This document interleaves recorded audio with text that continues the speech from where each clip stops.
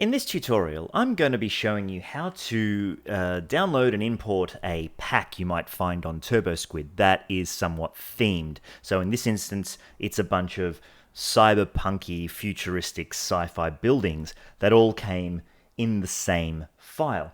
And ultimately, how to use Clip Studio Modeler to set up variant layouts and then register a single material which can have multiple uses. Now, what we're looking at here is just two layers. Okay, what we've got is a layer with all the FBX models placed in a 3D layer over here, and just this sunset globe background that I pulled from, it's just got it here in the color pattern background nature effects. What we're going to do is we're going to start by going over to something like TurboSquid. Now, this is one of many sites that you can download several models, and what we're looking for are FBX or OBJs. Now, my personal preference happens to be FBX. So this is a pack that I have downloaded. I used this in a job last year for MTV that required a cyberpunk city to be built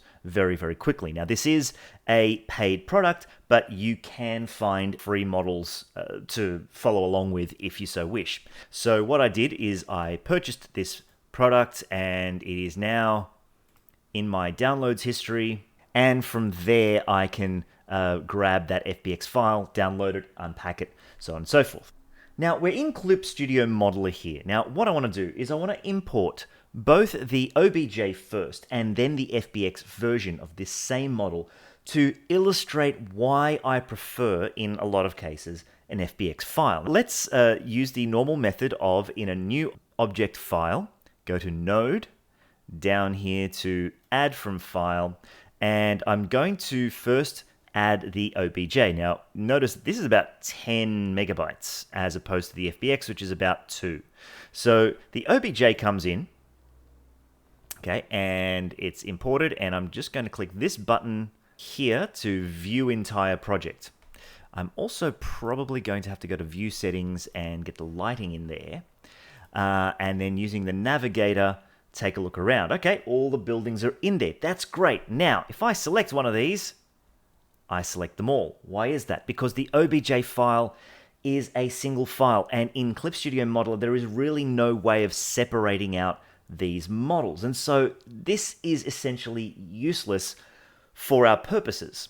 So I'm going to delete that and show you what happens when I import the FBX version.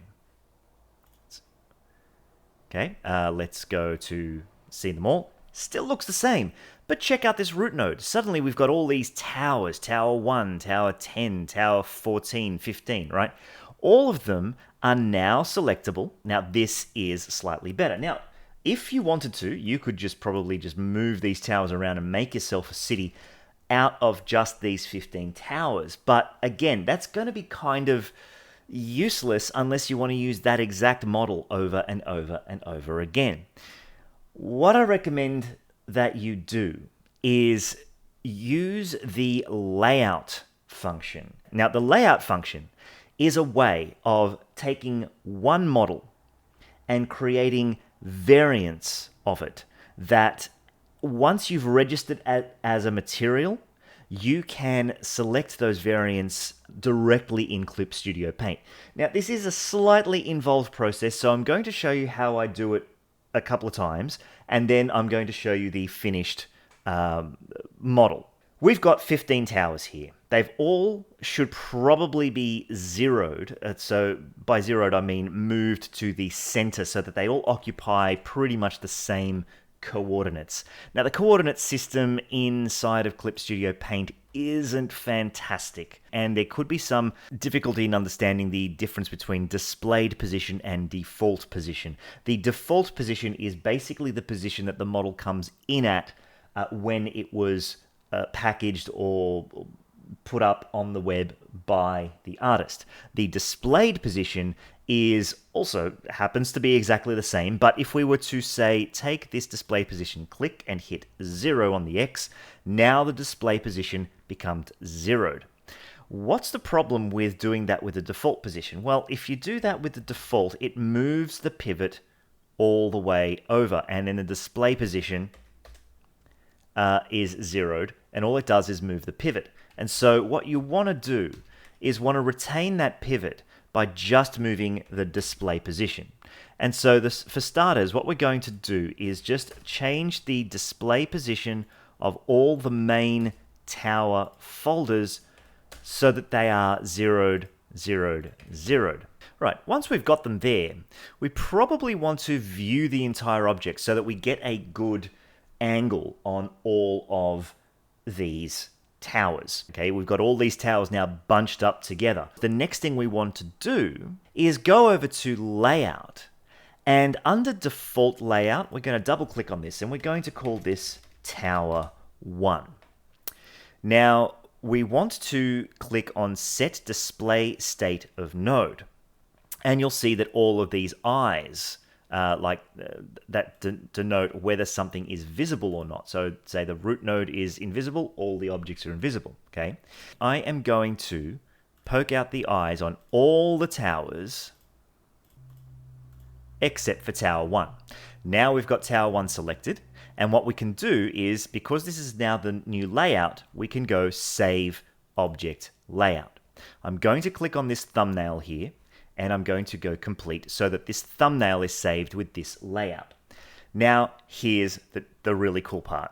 We're going to hit plus and add new. We're going to call this, double click, Tower 2.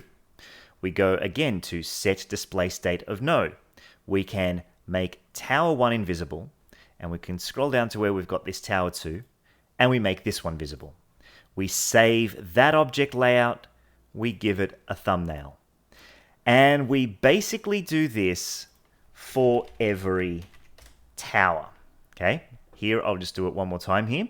Set display node, make that one invisible, make this one visible for tower 3, save object layout, give it a thumbnail. And so eventually what you should have is all of the towers in their own layouts. And now the way to check that you've done this correctly is, let's say we go down to Tower 13 and we can just go Apply Layout to Object. There is Tower 13. And I've given all of them a thumbnail just by repeating this task over and over and over again. And so finally, let's just go to Apply Layout there. What we want to do is register this as a material. So we go to File, Register as New Material. We're going to scroll down to where we've got our little city folder that I've created, and we're going to call this Cyberpunk Tower.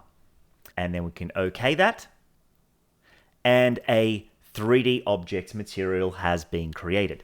Now let's go to a blank canvas in Clip Studio Paint. What we want to do is open up our materials and go down to where we registered the material, and there our Cyberpunk Tower should be there.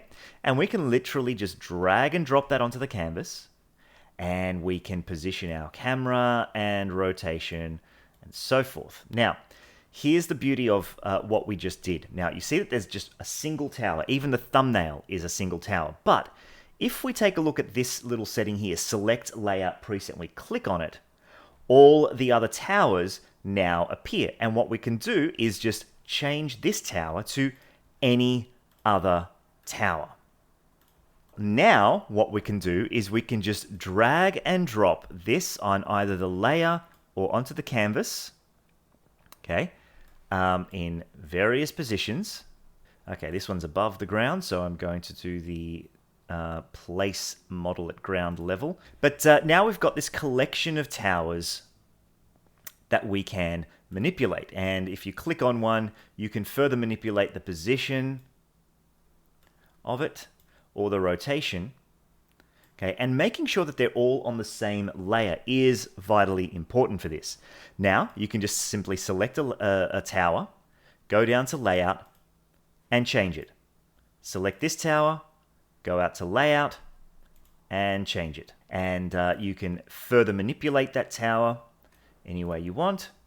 And soon enough, you can have yourself a nice little cyberpunk city. The camera angle is manipulatable for all of the objects in there.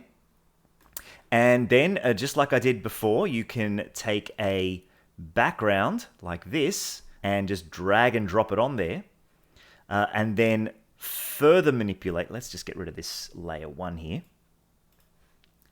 Let's zoom in onto the model. I'm just going to middle mouse scroll to give this a nice bit of depth.